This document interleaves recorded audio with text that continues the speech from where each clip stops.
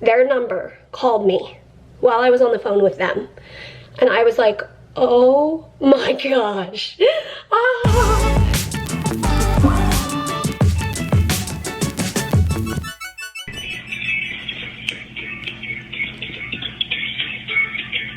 I'm on hold with the pharmacy, so I thought I should make my time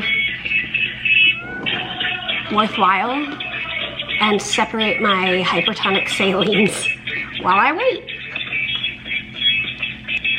Just keep ripping.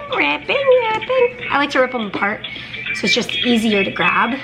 And the key is rip it from this end, because if you rip it from the opposite end, it can open them. You don't want them to open. So rip them from the cap end. Babe? Okay.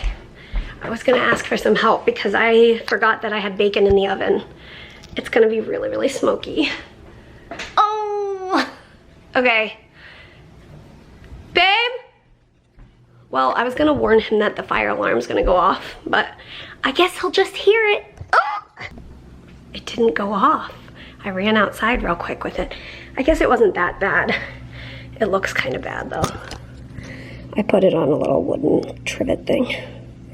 Well, there's my bacon. That's how that went down. I kid you not, the pharmacy, one of my specialty pharmacies, calls me every single day, sometimes multiple times a day.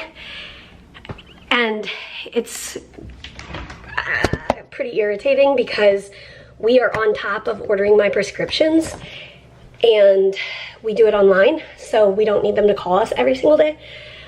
But today I answered it and went through all the questions because they were going to ship one of my medications, which I'm sure Peter already answered all those questions online when he ordered the medication. So anyway, I'm going through this, answering all the questions, waiting on hold, all of that. While I was on the phone with her, their number called me while I was on the phone with them. And I was like, oh my gosh. Ah. So maybe I should, like, I don't even know. I did not hang up with the girl to answer the other phone call because it's just automated. And the weird thing is, you answer the automated call and then they transfer you to a person and they're like, what are you calling about? And I was like, I don't know, you called me. Of course, the person they didn't actually call me. The automated thing calls me, so. Okay, the camera ran out of space. Anyway, I was just gonna say those are some of the teeny tiny things about living with chronic illness that seem like not a big deal, but then day after day after day, it can get to you. So I try to zoom out from, right now it felt pretty frustrating, but zooming out, I can recognize that I'm very grateful for the medications that this pharmacy is dispensing, even though the process can be frustrating. I remember when I was in the hospital for a month, right when we got back from Scotland, I knew that I was going to be a little overwhelmed with the thoroughness of just being in a hospital.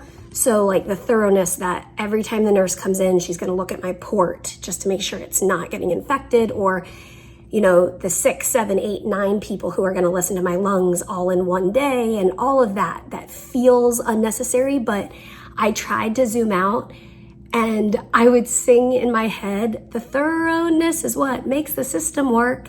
And just reminding myself that the thoroughness feels a little overboard and it can feel frustrating, but it's part of what makes the system work. It's part of making sure ports don't get infected and making sure people don't miss things, because we're all human. So anyway, but it's just coming on the tail of the morning where I still need to do my vest. So my lungs are like, it takes a little extra effort in the morning for them to work until I do my vest. I burned the bacon. and I recently just was fixing my blood sugar, trying to get it up. So it's just like all the different things piling all at once. So I need to take a break. I need to do my vest and mists, and I'll see you on the flip side when the little things aren't adding up quite as much.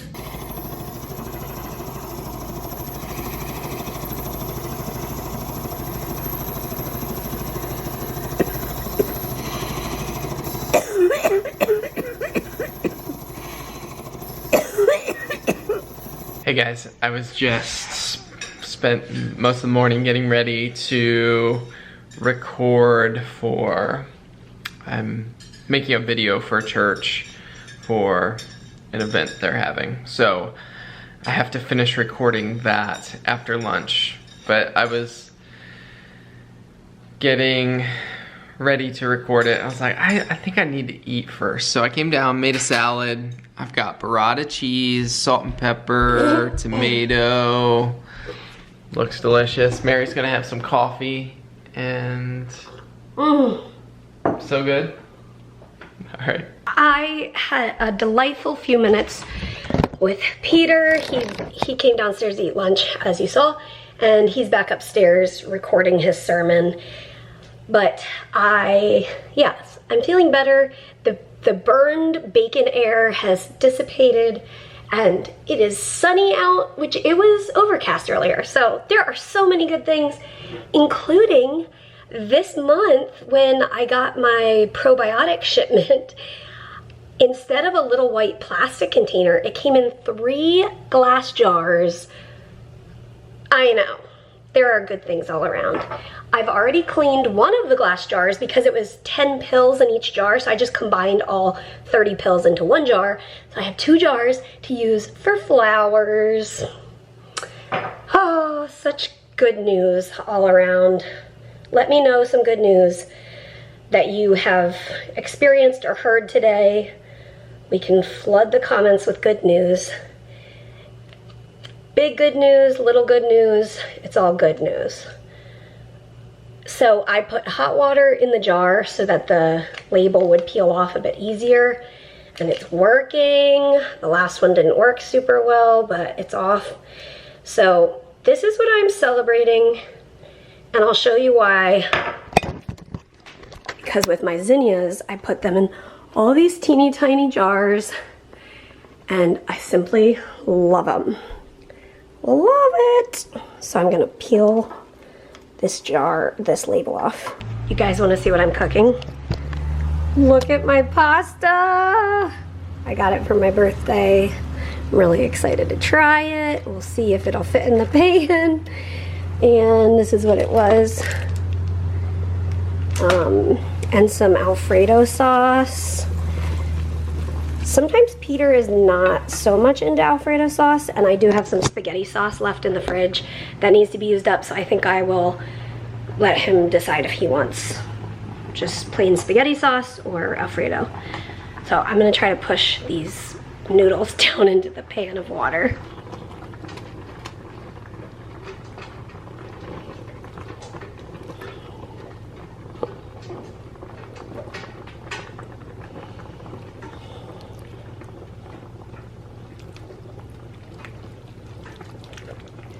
And some asparagus. Okay, well, the presentation wouldn't win any awards, but I think it's probably gonna taste good. Look at these fancy noodles Mary made. Those are awesome. They remind me of those like candy, you know, those sour candies that are like little strips. Did you tell them what you made? Nice.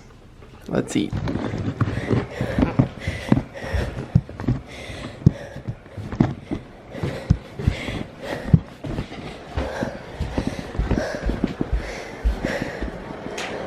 Oh.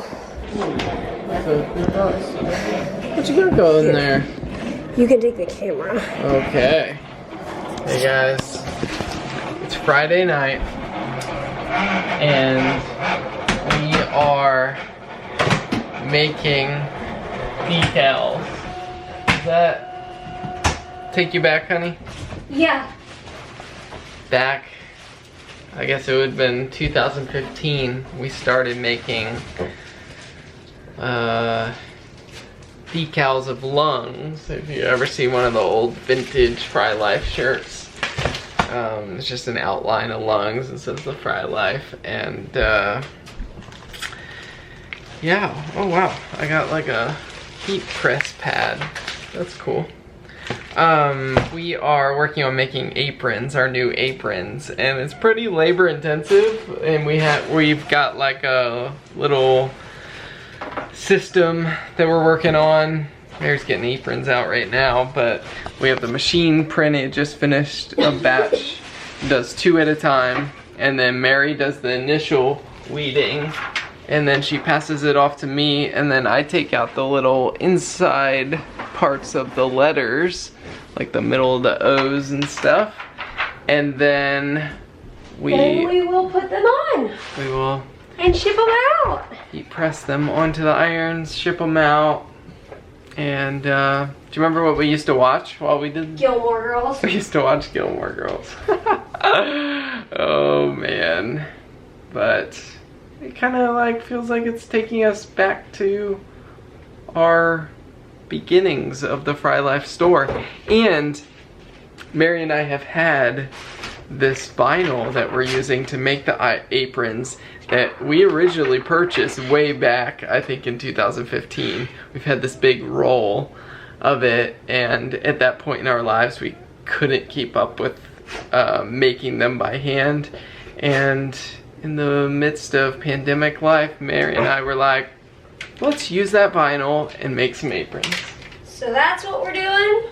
Happy Friday. Happy Friday, Bonesy. And as always, see you tomorrow. good night, guys. Good night, Ollie boy.